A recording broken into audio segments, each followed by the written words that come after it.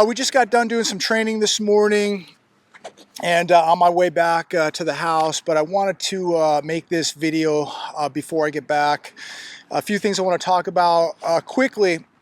Make sure you subscribe to this channel, share all my videos, make sure you like this video. We need to make sure that we continue to get this message out. The best way to do it is to like this video. The algorithm will share it. So make sure you like, share, and subscribe. I want to start out today, and I want to just tell you a little story. I was at the Apple store the other day, and I had to buy some stuff over at the Apple store, our local Apple store on El Paseo, beautiful area, the Rodeo Drive of the desert. And they have had multiple problems at that store with criminals following customers to other locations and breaking into their cars and stealing phones, computers, MacBooks, etc. And the salesperson was just telling me the other day, lady bought a MacBook. She went to Target, left it in her car. They smashed the window, took her MacBook. She knew there was nothing she could do. She had to come back, buy another MacBook because she needed it for business. So it ended up being a very, very expensive day. So I want to remind everybody out there, as you're shopping this holiday season, whether it's Walmart or an Apple store, don't leave your stuff in your car unattended. Go home, drop it off. You don't know who's watching you. And this has become a real big problem out here, especially over the years at our local Apple store. And as you know, Apple gear is not cheap. So be very, very careful. Also, EDC. Make sure your everyday carry. Make sure that you have this situated as we head into the holiday here. There's a lot of big crowds. It's a holiday season, a lot of religious things going on at this time of year. Be very, very careful in big crowds, but make sure that you have your EDC situated. And as we head into 2024, make sure that you are situated, that you're carrying the necessary gear, equipment, tools. Just do a complete check on that right now as we enter this Christmas holiday and as we get further into 2024. I think we're going to see some real crazy things happening. So you don't want to be one of these people that doesn't stand a chance. Put the odds in your favor. Make sure that you are situated. Now, a couple articles I want to share today. This first one, as we are in the holiday season here, Christmas, comes from The Hedge. China is keeping the lights on the Christmas tree this year. And this is very, very true. China is keeping your Christmas tree lights on. They're also making sure that you have enough Christmas ornaments. There would probably be no Christmas now without China. And why do I say that? Well, because China is making everything. Santa Claus isn't making your decorations. Santa Claus isn't making the Christmas lights on your tree. China is. China accounts for 66% of global exports of Christmas tree lighting sets and 90% of exports of other Christmas decorations. So, you know, think about what is going on with China. And again, people wouldn't be hanging Christmas tree lights or decorations this year without China. 4th of July, same thing. Where are all your fireworks coming from? They're coming from China. Probably most of your Easter holiday supplies coming from China. We don't even make our own decorations, our own Christmas decorations right here in America. China does. In 2022, total China export value of Christmas exports was $11.1 billion. This is for Christmas decorations, Christmas lights. Cambodia, the Netherlands, India, not even close. They were in the next three, but they were not even close. And I have to ask this question again. Are we even making anything here in America? I mean, our manufacturing jobs continue to disappear year after year after year. And I think, honestly, it's embarrassing that we can't even make our own fireworks for 4th of July. We can't even make our own Christmas decorations. We can't make anything literally here in America. Please comment down below. Are we making anything here in America? Very, very little. Here's another one today. Millions of student loan borrowers still are not paying their bills. 40% of the 22 million people who owe money on their student loan debt did not pay. So they're already behind. What was it, September, when they had to start paying again? September, October, they didn't make their first payment. Comment down below, what should happen to these people? What is going to happen to these people? I believe that, look, at the end of the day, I'm not paying their bills. I don't think I should. I don't think you should. I think that these people need to pay their bills. If they don't, then why are we making our credit card payments? Why are you making your rent? Why are you making your mortgage payments? Why are you making your auto loans? If people just don't have to pay, what kind of example does that set for the rest of America? So I think that it's critical that these people do have to pay and that they're going to be held accountable, because if they're not, then this is going to be a problem. Then why pay anything? Then people begin to say, I'm not going to pay my credit cards back. I'm not going to pay rent. I'm not going to make my credit card payment. I mean, this is really, really dangerous when there is no accountability with people having to pay their bills. They signed on the dotted line. They're responsible. They agreed to this. I'm sorry that you got a degree that pays, $24,000 a year and you owe $100,000 for a worthless degree. That's not my problem. That's not the taxpayer's problem. That's your problem. So, if you got to go to McDonald's, if you got to go to Starbucks, whatever you got to do, 3 side hustles, you need to pay back your debt. And so again, if you owe money, you need to pay it back. That's just the bottom line. Here's another one today. A mass exodus, why so many LA restaurants are closing. You think about over the health crisis period, how many restaurants closed during that period of time, and they're still closing. Food costs, labor costs, obviously a big problem. And another problem is people just don't have money to go out and eat like they used to. Many people maybe who used to go out a couple times a week, maybe they're going out once a week, maybe they're going out once a month. There are people now realizing that they're going to have to cut back because they've got to pay the utility bill, they've got a car payment, they've got bills, they got to pay the credit cards. And so they're going to have to cut something out. And more than likely, a lot of people are cutting out going out to dinner. In LA, in this article, it wasn't just fine dining, it wasn't just expensive restaurants, it's mom and pop restaurants too. Both mom and pop and luxury restaurants are closing. Many restaurants are feeling the pain, they're going to continue to feel the pain. But again, think about how many restaurants we've already lost. In the spring of 2021, 90,000 restaurants closed or temporarily closed. Right now, some of the busiest, most heralded restaurants, at least in Los Angeles, are closing. And it's really sad to see a restaurant that maybe has been around 30, 40, 50 years having to close. It really is sad. But people are becoming more cautious and more careful where they're spending money. Here's another one today from Yahoo Finance. Credit card issuers aren't done raising rates despite Fed pause. So right here, according to this article, Americans with credit card debt won't see relief even after the Federal Reserve decided against raising rates last week. The situation may get even more worse, continue to get worse into 2024. Delinquencies are rising and so are debts.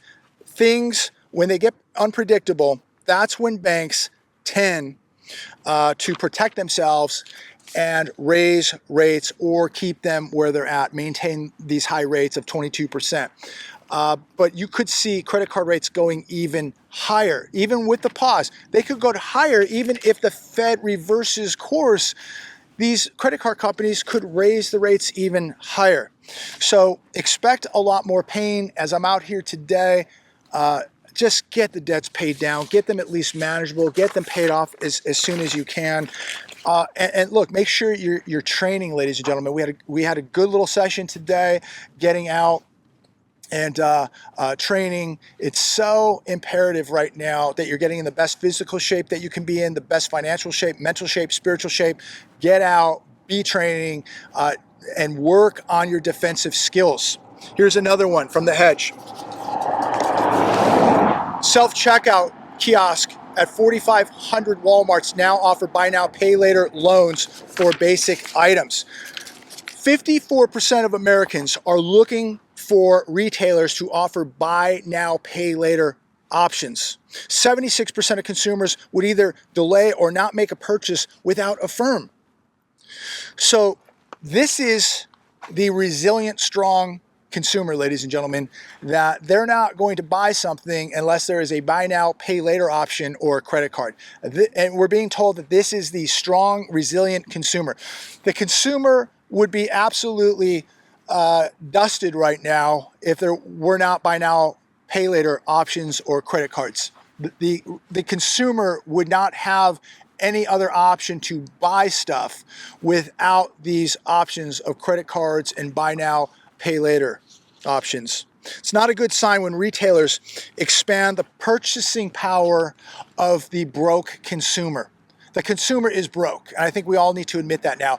But what do? They offer these buy now, pay later options and more credit cards. So people are buying stuff with money they do not have, money that is supposed to be paid back. And when it doesn't get paid back, these buy now, pay laters are going to be in big trouble.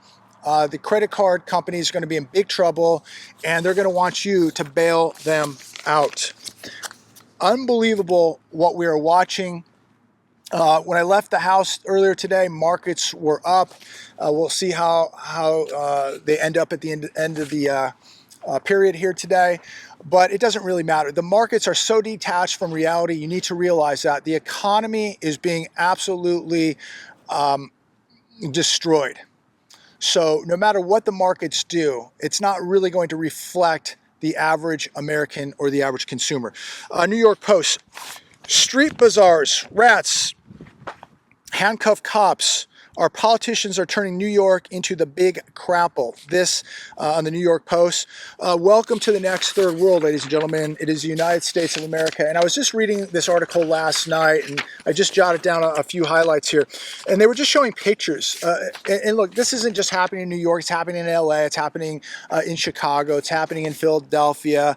It's happening across most of the big cities in America. But garbage bags in New York piling up all over the sidewalks, rats running everywhere, graffiti, litter everywhere. It says here 5th and 6th Avenue in Midtown and the Brooklyn Bridge now resemble medieval open-air bazaars. People selling knockoff handbags, folding tables, hats, socks, bags, keychains, blankets, all this stuff. People just roll out tables and chairs and they put all this product on these tables, or they lay a blanket down on a sidewalk and they're laying down, the knockoff handbags and, fake watches and gym shoes and you name it.